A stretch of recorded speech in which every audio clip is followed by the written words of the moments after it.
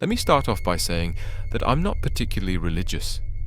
If you asked me if I believed in God, I'd probably just shrug, grunt out a few words about being on the fence about it, and continue with my day. Of course, that was before last night. My friends are the kinds of people who like wild nights, crazy parties, snort a bit of coke, take a bit of E in the bathroom, maybe hook up with someone and leave a text on my phone at 10 past. Who the fuck knows, telling me they don't need that ride I'm offering after all. Not to say I don't like a drink, I do, it's just clubs aren't my style. Lying low in a pub somewhere, drink in hand, listening to the TV drone onto whatever channel some scruffy guy in the back barked out for. I guess that's my idea of fun. So when my friends tell me they want to go out for a night on the town, I say sure. I hang on for the first club, buy a non-alcoholic beer in case my car is required, and try to pretend that I'm having fun. By the time I see them grinding on girls, on guys, when they strike conversation with someone who definitely might be a dealer, well, I decide my services are no longer needed. We aren't too far out. The night tube is on beck and call, and I can always find my car the next day. That's when I wander out of the club, look for something a little more rustic. Not that that's hard to find, not at all. I found myself in a bit of a state inside of a bar called the Ragged Feather. Wasn't a fan of the name all that much, but the drinks were cheap and the largest demographic seemed to be middle-aged men watching reruns of the football. I tried to pretend I hadn't just staggered out of a club with my ears ringing. I slicked my hair back, slipped my phone into my hand, and wandered over to the bar. I took a double shot of whiskey and drank it in one hit. Just because I wasn't at the club didn't mean I couldn't have a good time. I hung at the bar a while on my own, scrolled through my phone pretending I was doing something far more impressive than I really was. I kept an ear out for the guys on the sofas. They'd get vocal every now and then. I think the football was just running highlights, but they were incredibly dedicated to their teams. I got another whiskey and bled into the background. Of course, stragglers from clubs are commonplace. It wasn't long until some scantily dressed women staggered in, laughing, chuckling, pointing for where they wanted to sit. I saw a guy walk in with his friend slung over his shoulder. Catatonic, most likely. He threw his friend onto one of the leather sofas ingrained with beer and smokes and demanded 2 pints of water and all the peanuts the bar had in stock. The bartenders seemed bitterly amused. Some of the girls were taking selfies, Snapchatting their friends who were still at the club. They were ordering shots, gearing themselves up for the next leg of their night. A couple blokes wandered in with curries in take-out trays. I saw someone eat a Big Mac on the outside seating through the window. This was a night for the young and inebriated, and my mind was just dulled enough by the whiskey to enjoy the characters I could watch peaceably without interacting with. That is, until someone slipped into the seat next to me. Do I look like a girl with daddy issues? She was of average height, although that wasn't apparent immediately due to the fact that she was leaning her arms heavily against the bar. She was slim, with short and astoundingly bright red hair. It framed her round face, a face that was marred with smudged eyeshadow, smudged lipstick. Hell, it looked like her makeup was in the process of melting right from her face. There was a chip knotted into a curl in her hair, just by her forehead. The drunk side of me was actually tempted to pick it out. The girl was clearly drunk, and as I looked around the bar, I couldn't quite place where she had come from. She didn't belong to the crowd of selfie takers. She wasn't with the catatonic guys. I hoped for her safety that she wasn't with the middle-aged men. I tried to look out the window to see if maybe a group was missing one inebriated, bright-haired girl. But I couldn't. The window had fogged up. Too much heat inside. Not enough outside. Are you okay? I asked her. She pointed her finger at me. Answer my question, she slurred. I really wasn't sure what to say. I settled on staring at her awkwardly, trying to answer her with the bemused expression on my face. The girl's lips curled into a drunken smile. She snorted, placing a hand over her mouth to smother her laughter. It only really aided the deconstruction of her lipstick.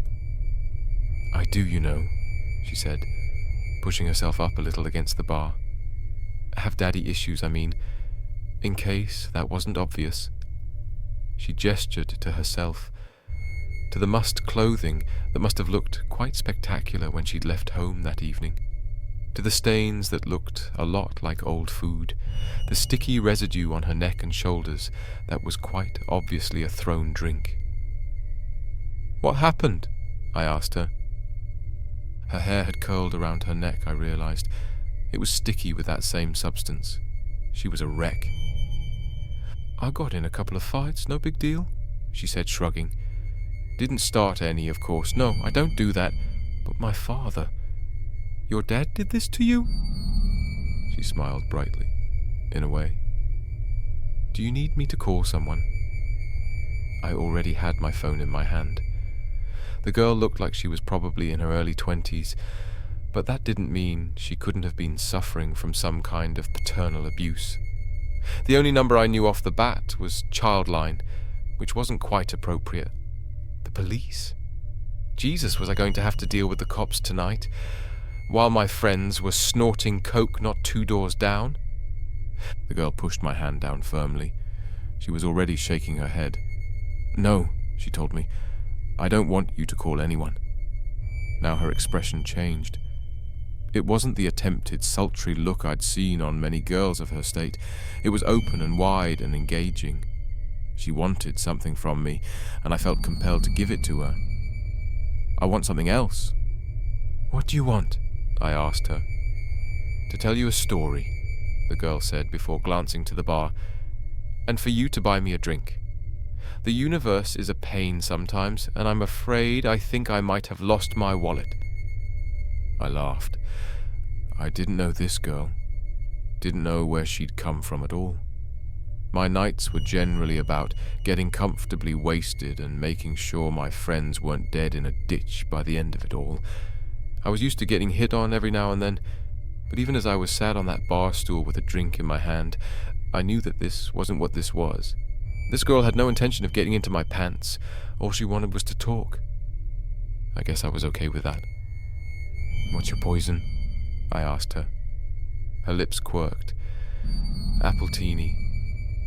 The bar offered a very limited cocktail menu, but by some miracle I was able to order her an appletini from the list. I ordered a cider to go with it, suddenly a little too aware of where this night could go. I'd unthinkingly supplied this liquored-up stranger with even more alcohol, and she had clearly had a rough night of it. A part of my old instinct came back, the same instinct that had me texting my friends every few hours to make sure they hadn't wandered off to somewhere dangerous beyond the club. With no one but the bartender aware of our existence on these stools, I realized that I was suddenly responsible for this very drunk stranger. The girl coddled her drink, running her finger delicately over the rim of the muggy martini glass. "This takes me back," the girl said amiably. She looked at me suddenly, her green eyes startling. "You know what this was called originally?" She smirked before I could answer. "An Adam's apple martini." I snorted. "Yeah, I think I've heard that before." "Of course, it wasn't actually an apple," she continued, eyes moving back to her glass. "The texts translated that part wrongly, mostly because you people don't have a word for it anymore. The fruit was incredibly exotic, and to be honest, it doesn't exist in this realm of existence, only Eden." She laughed dreamily. "And Eden's long gone." I stared at her. "Are you okay?" It was more honest than the last time I'd asked her, mostly because I was beginning to feel a little dread creep into my stomach. "Of course," the girl said, grinning widely. "Why do you keep asking?" "I mean," I stuttered, now don't take this the wrong way or anything, but you look..." "Like someone poured their drink over me?" the girl asked. like someone else threw their kebab on my dress and another unpleasant chap littered me with his fish and chips, that I have been hit, slapped around a bit and left in the gutter for the rats to find me. She held my eyes for an incredibly long time before her face broke out into a grin. Yeah, something like that. Why would they do that? I asked. Why wouldn't they? The girl shot back. People aren't that great, and alcohol makes them worse. She shrugged. Sometimes makes them better, nicer, a little looser in the sack, but mostly just annoying and a little smelly. I looked at her. I watched her knock back her drink. She exuded the intelligence to know just how ironic her words were, but she was neither caring nor apologetic about them. The girl looked at me again. You bought me a drink. Now you can listen to my story. I nodded wordlessly. She smiled, pointing at the bartender and then at her drink. The bartender was already making her another. Eden? The girl said, reiterating her earlier babble as though the words had only just come out of her mouth. They always think that's my fault, you know? The reason Adam and Eve got kicked out of their perfect little nudist paradise. She shot me a knowing glance. Only in Eden can you sit on the grass butt naked and not get a pine cone stuck in your crack. I blinked. I'm sorry, I said. I'm not following. Sorry, the girl said. My story won't make any sense without a proper introduction. She reached out her hand. Hello, my name's Lucifer. She winked. But you can call me Lucy. There's an uncomfortable heat that stretches through your veins when you first go into fight or flight mode.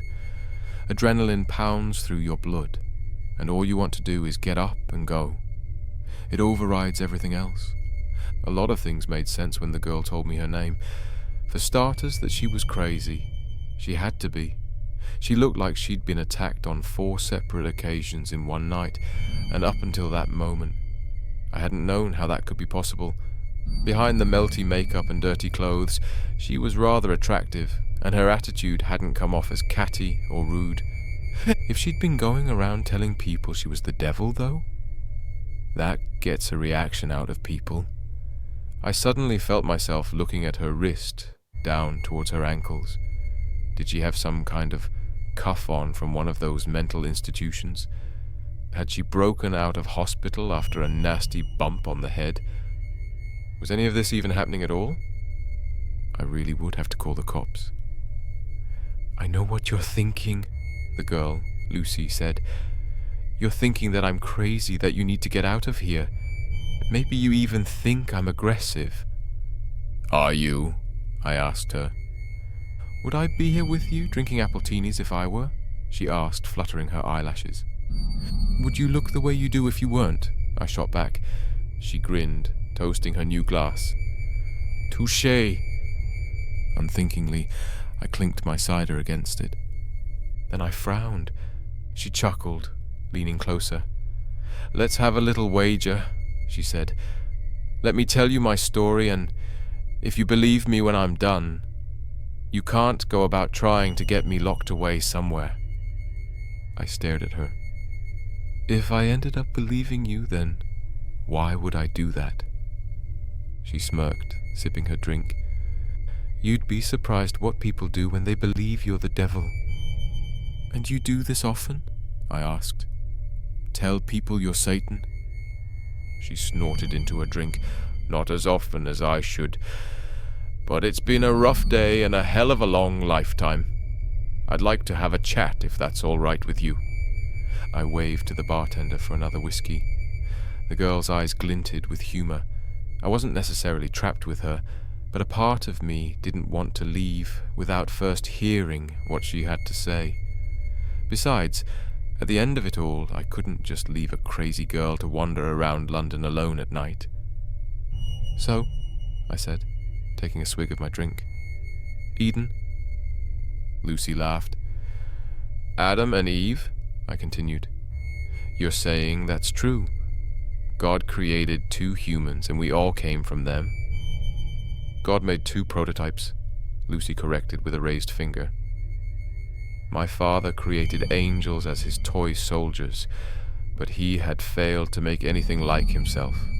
After us, it was his next big project, and he spent every waking hour of existence slaving over his two prototypes.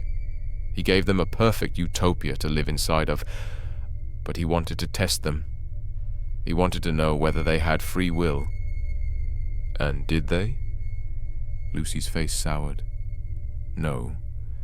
My father could never bring himself to go that far. He tempted them with the idea of knowledge beyond their understanding, and told them exactly what they could do to claim it as their own. But to be able to create a being that could go against his law? Oh, my father is a very controlling being. He was afraid to unleash that ability unto them. Lucy was very adamant in her delusions. That was clear to me. She spoke about her father with such distaste that I began to feel bad for her. Only someone who had been hurt very badly would have the gall to spite God himself. "And what?" I asked her, entertaining her delusion. "You were the one that tempted them in the garden? The devil has been a girl this whole time?" She smiled. "I dabble." Then she looked at me, raising a brow.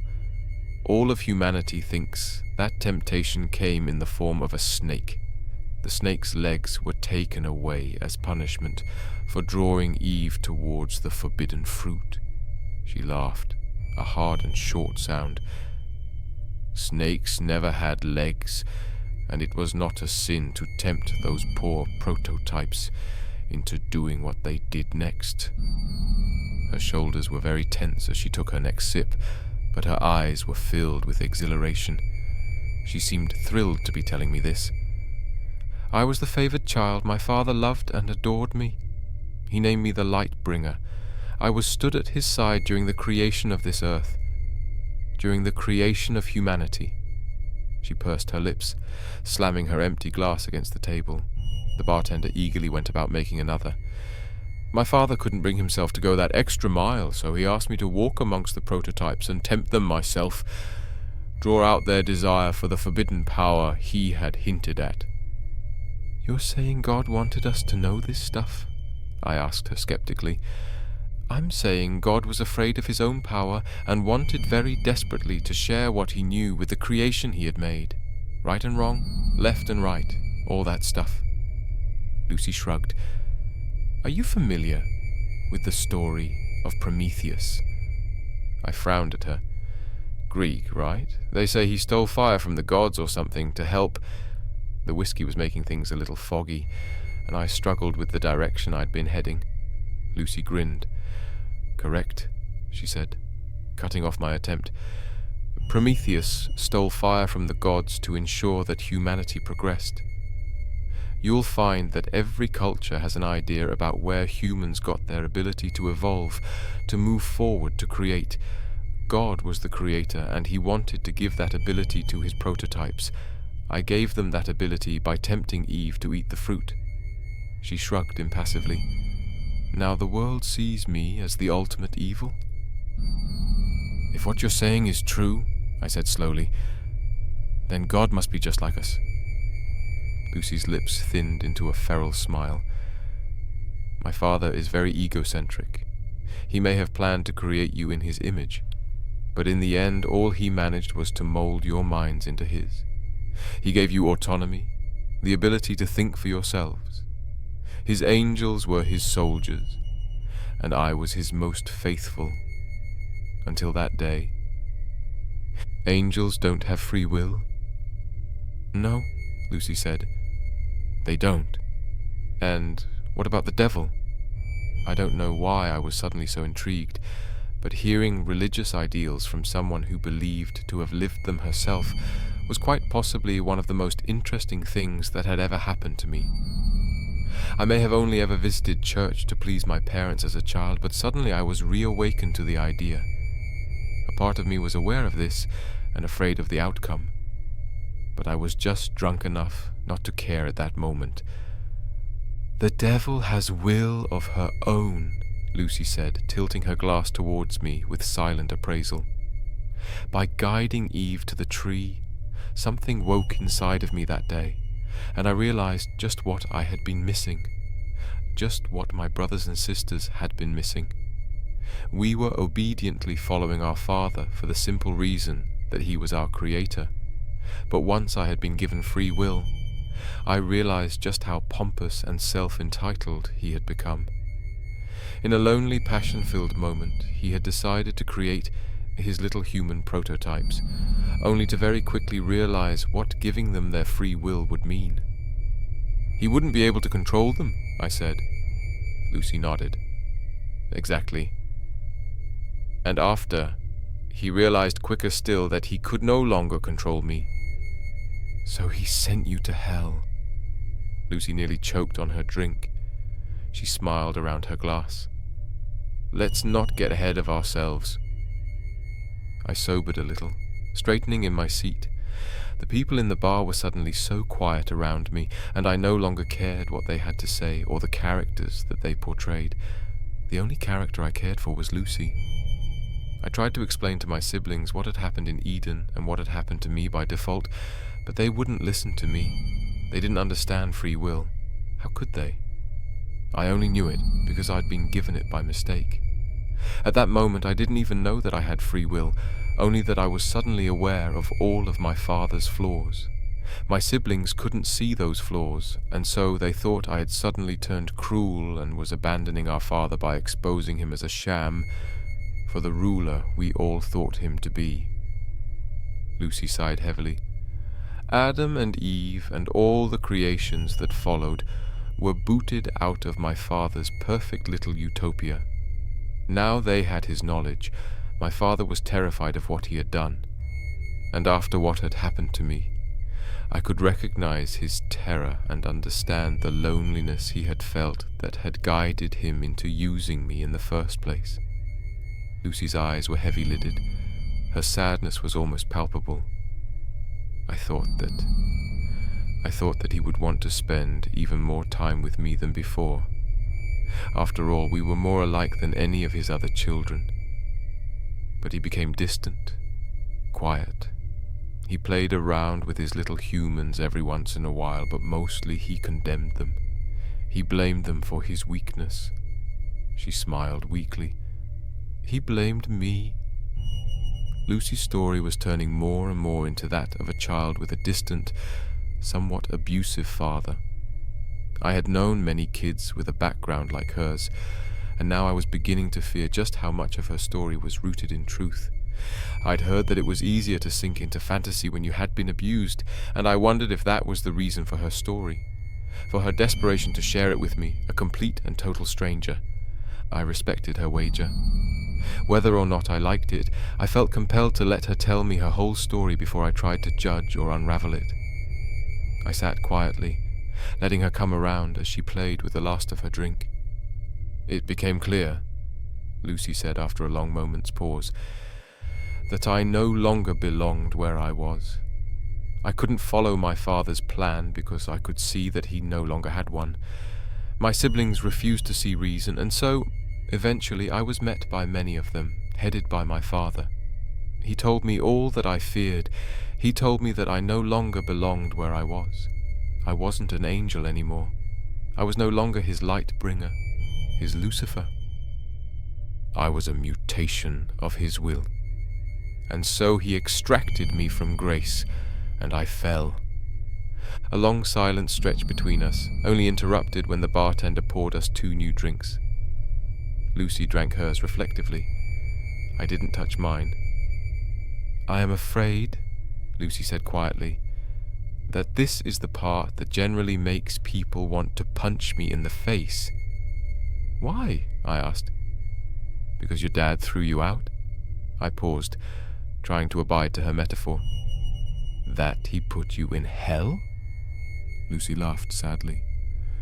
Ah, humans. My father gave you his way of thinking, and look at you. She shook her head. No, not because he put me in hell. Then why? I fell to earth, Lucy said. Father gave me dominion of the one place he thought I would fit in. Humans had free will, so did I. What is the saying? A match made in heaven? She snorted dismally. Of course, that's not quite right, is it? When I fell, I was faced with a humanity that was so different from my father's little prototypes. Her tone had changed. There was an aggression behind her words that began to unsettle me all over again. I saw emperors and kings, governments and churches. I saw corporations who claimed to be rulers, presidents and big fat dictators. And I watched as humanity fought and lost. And finally, just finally, they gave up altogether. They were no longer able to rise up to all the greed and control set upon them. There was just too much to change, and humans soon realized they just weren't as free as they thought they were. Sure, they live under the illusion that they have free lives, but most of them simply do not. She clicked her tongue. I grew to loathe you all. Then she took another hit of her drink. I can see what you mean, I said, allowing my gaze, for the first time since meeting her, to graze over the other individuals in the bar.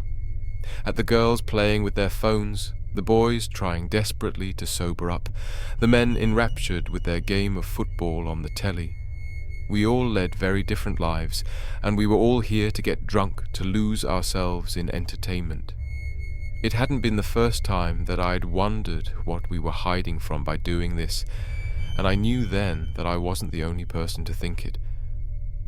You hide behind your alcohol and poor choices and pretend you have free will, Lucy said, waving her hand across the room. No one paid us any attention. It's true. My father gave you the will to make those decisions, but you squander it. The free will I failed to provide to all of you. The free will I was given by a twisted mistake, and you make a mockery of it. You follow senseless leaders without questioning them. You abide by laws made centuries ago that no longer make sense. You do these things because you have given up on the opportunity to follow the will of your own, not of others. That isn't all of us, though, is it? I asked her, trying for some reason to defend our species from the mad young woman. Because you see it on the news all the time, don't you? People do rise up. We do protest. People can make a difference. Lucy laughed bitterly, nibbling the rim of her glass. Really, she said, you can sit here and say that it can't be all bad because of the few that refuse to conform? Those you call your rebels? They make up for it all? She grinned around her glass. By that logic, I am the biggest rebel of them all. Am I expected to make up for all your sorry mistakes? By your logic, I said, you should be punishing it, right? If that's what this metaphor is all about. I laughed. I couldn't help myself. I took a sip of my drink. Is this whole story just so you can tell me that you think we're all going to hell? If so, I think I can see why people want to punch you. Lucy didn't say a word. Simply she watched me. It felt unnerving to have someone like her watching me like that, with an intelligence that went beyond anything I'd come across at gone midnight in a seedy bar. The drunkenness in her eyes was no longer present.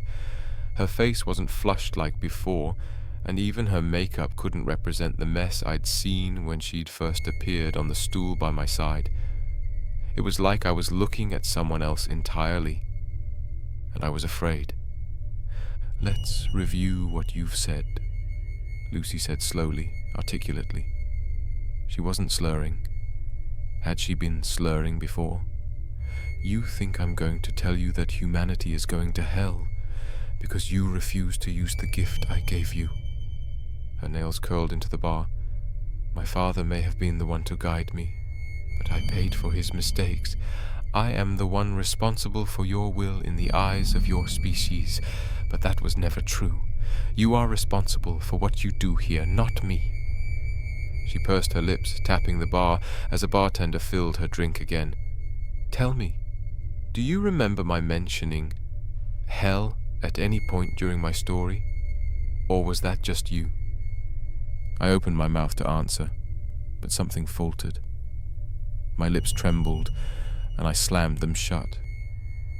Lucy smiled, taking a sip. Thought not. She looked away. eyes scanning the room lazily. "What I did say is something that is indeed mentioned in your scriptures. My Father gave me dominion of earth, a place filled with free will that goes to waste." Her lip twisted. "Humans sin all the time, not because of me, not because of evil or my dominion over this place. Fact is, I don't lift a finger. I don't, because I don't see the point. You make terrible decisions and follow mindless leaders. You do bad things and you make a mess of your earth."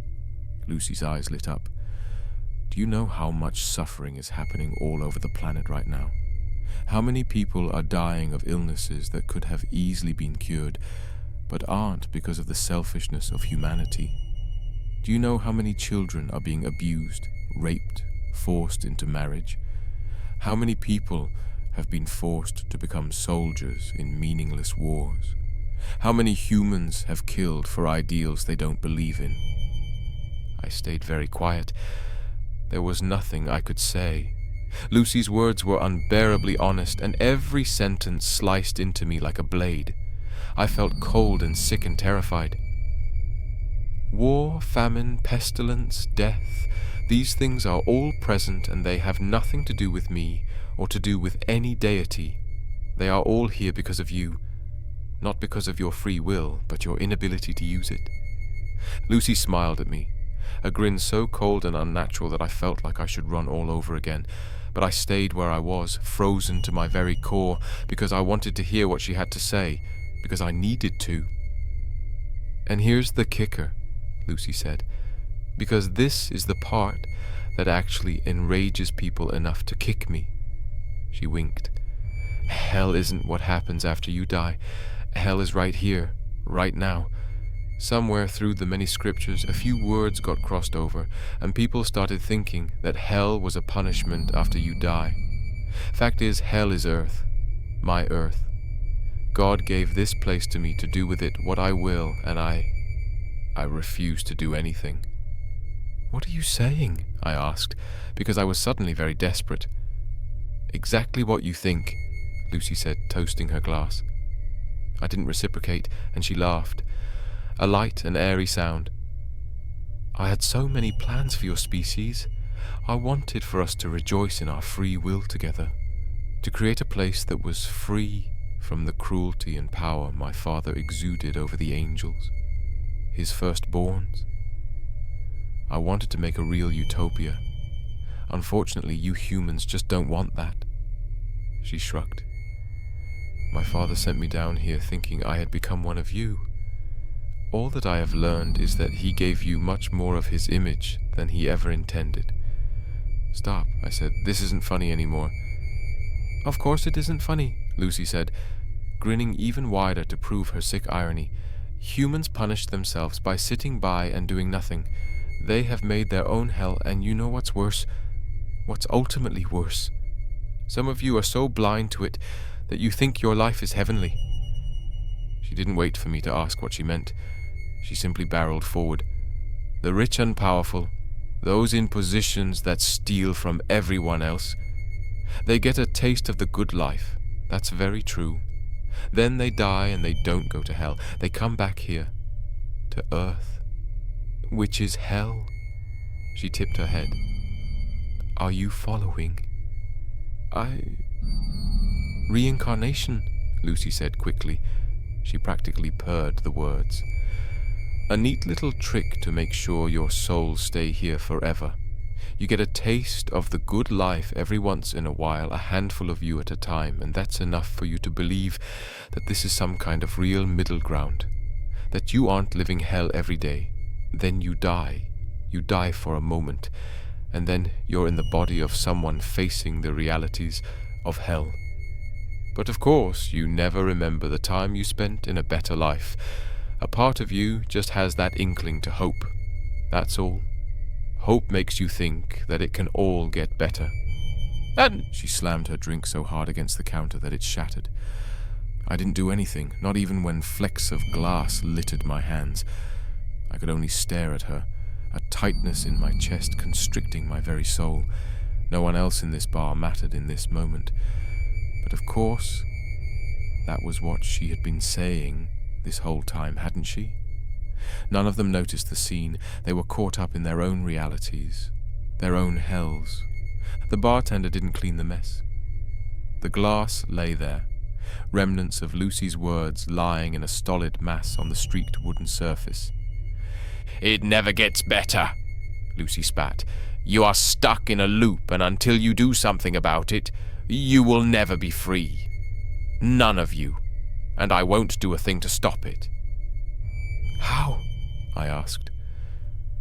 I don't know when I started seeing the girl in front of me as more than a girl, but with a weakness threatening to pull me apart, I stared at the bright-haired thing in front of me, and I saw something more than a human in her early 20s. I saw more than a girl suffering abuse from her father. I saw a fallen angel. I saw a being with scars buried so deep that they existed beyond this realm of seeing entirely. I saw something that I would never be able to write down in words, no matter how long I lived. "How do we change this?" I begged.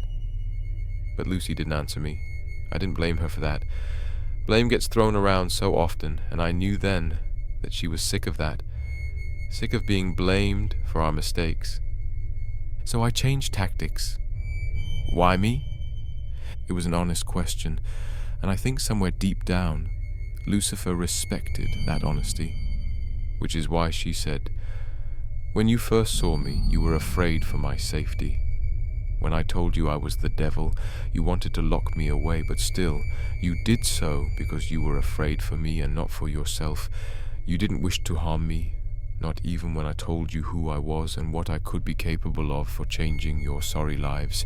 You are a good person, but I am afraid that means nothing when you don't have the will to do anything with it." She smiled at me sympathetically. The devil, showing sympathy for the human that sat across from her at the bar. It was surreal, and for a few heavy moments I truly thought I must be dead. There was no other way to explain what I was seeing, who I was speaking with, what I had just heard. "What am I supposed to do?" Lucy reached out to me. She placed a hand on my shoulder. Her hand was cold and warm at the same time, and I felt my blood boil where her fingers scraped my skin. And I knew, sharing a story like this isn't easy.